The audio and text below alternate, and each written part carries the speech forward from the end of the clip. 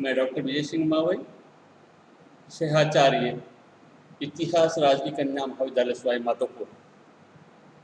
आज हम BA part second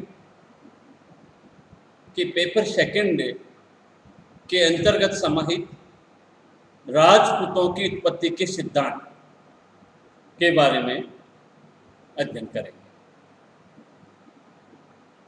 Rajput जाति 7वीं शताब्दी के मध्य से 12वीं शताब्दी तक इसका काल माना जाता है और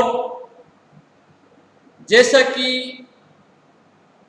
इतिहासकारों ने, चाहे वो विदेशी हो चाहे स्वदेशी हो, ऐसी कई समस्याओं से उन्हें जूझने का अवसर मिला है जिससे उसके समाधान की दिशा में कारगर प्रयास हो सके। कि मूल खोजना बड़ा कठिन है, मूल खोजना बड़ा कठिन है, नदियों का बलवीरों का, शस्त्र छोड़ और क्या आभूषण होता है रणधीरों का। तो ऐसी बलशाली जाति जिसका एक लंबे समय तक शासन प्रशासन और देश की रक्षा में योगदान रहा, उस जाति की उत्पत्ति संबंधी विभिन्न मत प्रचलित है। उनके बारे में मैं आपको बताना चाहूँगा। प्रथम जो मत हम ले सकते हैं वह है वैदिक क्षत्रियों की संतान। इसके पक्षधर विद्वान गौरीशंकर हीराचंद ओझा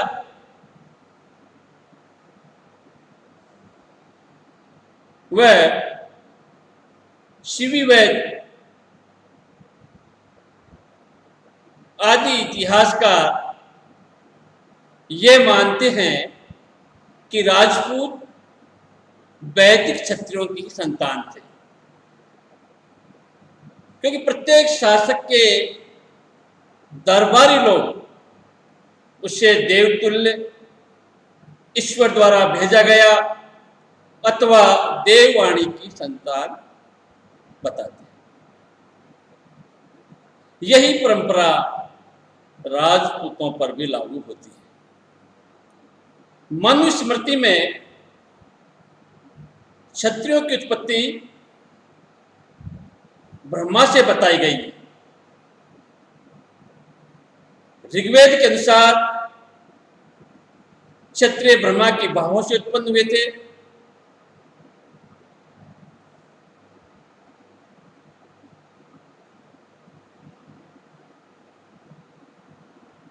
इन दोनों ग्रंथों के आधार पर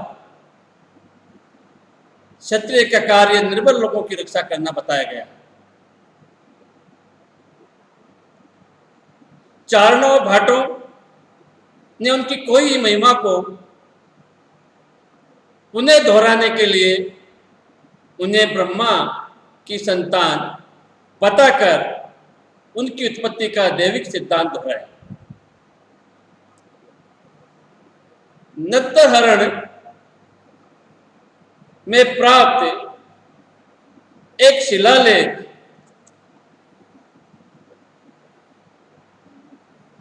में रघुवंश कीर्ति शब्द का प्रयोग किया गया है।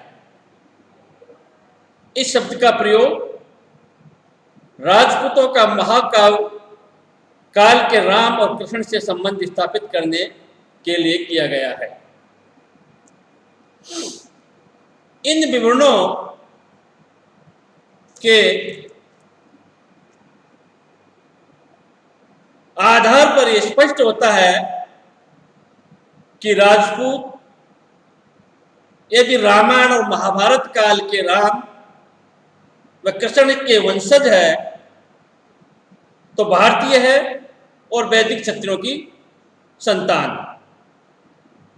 तो वैदिक क्षत्रियों की संतान बताने वाले डॉक्टर ओझा वह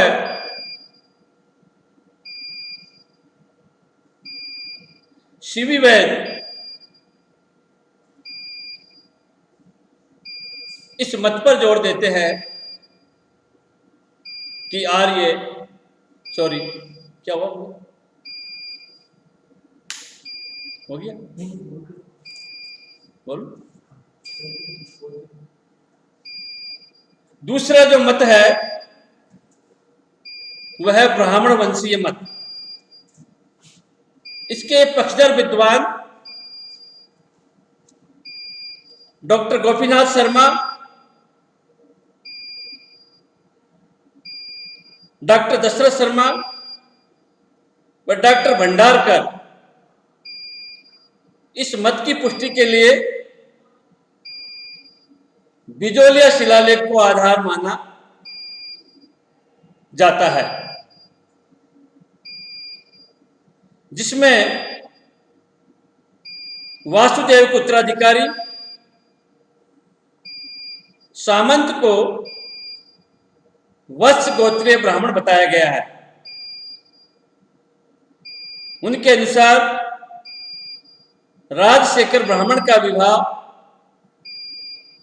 अवंती सुंदरी के साथ होना चौहानों का ब्राह्मण वंश से उत्पन्न होने का एक अकाट्य प्रमाण है। कायम खा रासो में भी चौहानों की उत्पत्ति वत्स से बताई गई है, जो जमदग्नि गोत्र से था। इस कथन की पुष्टि सुंडा तथा आबू अभिलेख से भी होती है।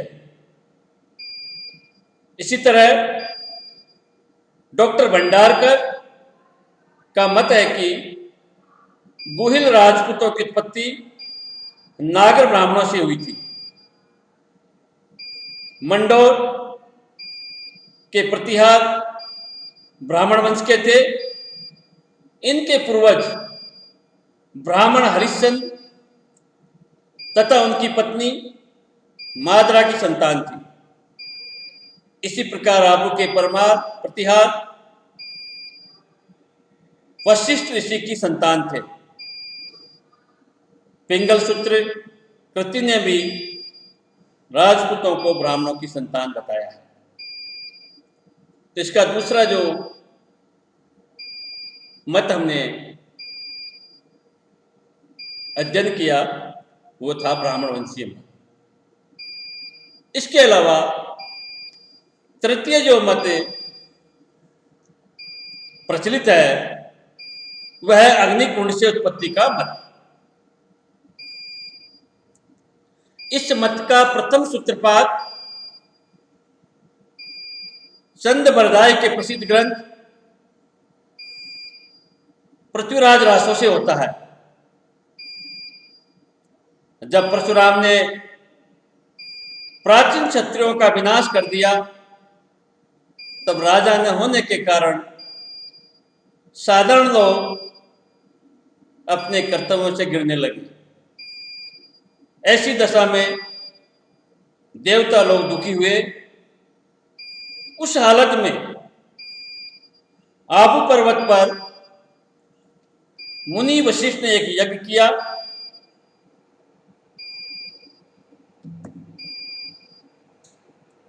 उसी अग्निकुंड से देवताओं ने प्रतिहार, परमार, चालुक्य तथा चाहमान को उत्पन्न किया। नैणसी और सूर्यमल मिश्रण ने इस आधार को लेकर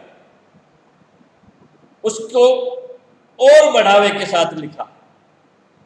इन चारों वंशों के राजपूतों ने इस मत को अपनी विशुद्धता की पुष्टि करने के लिए अपना लिया। वशिष्ठ ने ऋषियों की सहायता के लिए यज्ञ कुंड से प्रतिहार को उत्पन्न किया और उसे द्वार रक्षक का काम दिया। प्रतिहार के उपरांत चालुक्य और परमार प्रकट हुए, परंतु जब ये तीनों योद्धा भी यज्ञ की रक्षा नहीं कर सके तो अग्निकुंड से रक्त वर्ण के मुंह वाला प्रचंड सेनापति के रूप में चहामान प्रकट हुआ। उस वीर धनुर्धर चहामान ने यज्ञ की रक्षा की और उसी वंश में प्रतापी राजा पृथ्वीराज का जन्म हुआ। तो अग्निकुंड का मत जो मुनि वशिष्ठ ने अपने यज्ञ के द्वारा 4 योद्धाओं को उत्पन्न किया, उसको चारण भाटों ने और विशेषकर पृथ्वीराज रासों ने मान्यता प्रदान की। और नेक्स्ट जो मत है वह है सूर्यवंशी व चंद्रवंशी मत। डॉक्टर दशरथ शर्मा व डॉक्टर गौरीशंकर हीराचंद ओझा इस मत के पक्ष में तर्क देते हैं। डॉक्टर ओझा ने अपने मत की पुष्टि में कई शिलालेखों और साहित्यिक ग्रंथों के प्रमाण दिए हैं। उदाहरण के लिए 1028 विक्रम 971 ईस्वी के नाथ अभिलेख, 1034 विक्रम संवत 977 ईस्वी के आठपुर लेख में तथा 1342 विक्रम संवत 1285 ईस्वी के आबू शिलालेख में तथा 1485 विक्रम संवत 1488 ईस्वी के श्रृंगी ऋषि के लेख में गुहिल वंशी राजपूतों को रघुकुल से उत्पन्न बताया गया है।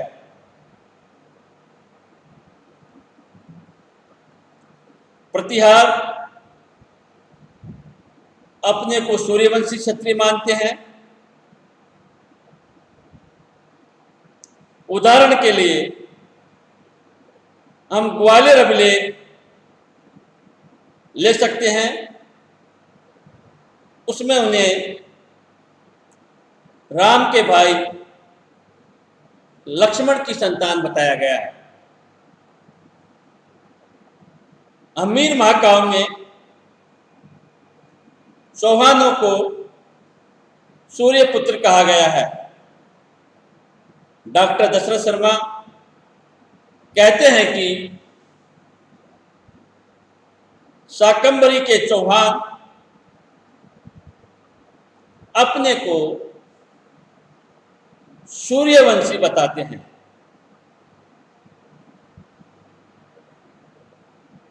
वे चंद्रवंशी राजपूत थे डॉक्टर दशरथ शर्मा के अनुसार। इसका प्रमाण पृथ्वीराज के हाँसी अभिलेख तथा लुंटिंग देव का आबू अभिलेख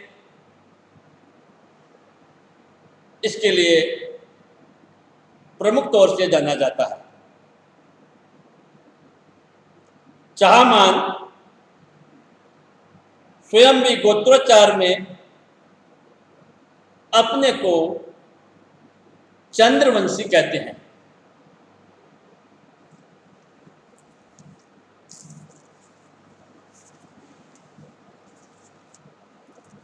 चंदेल वंश को चंद्रवंशी मानते हैं।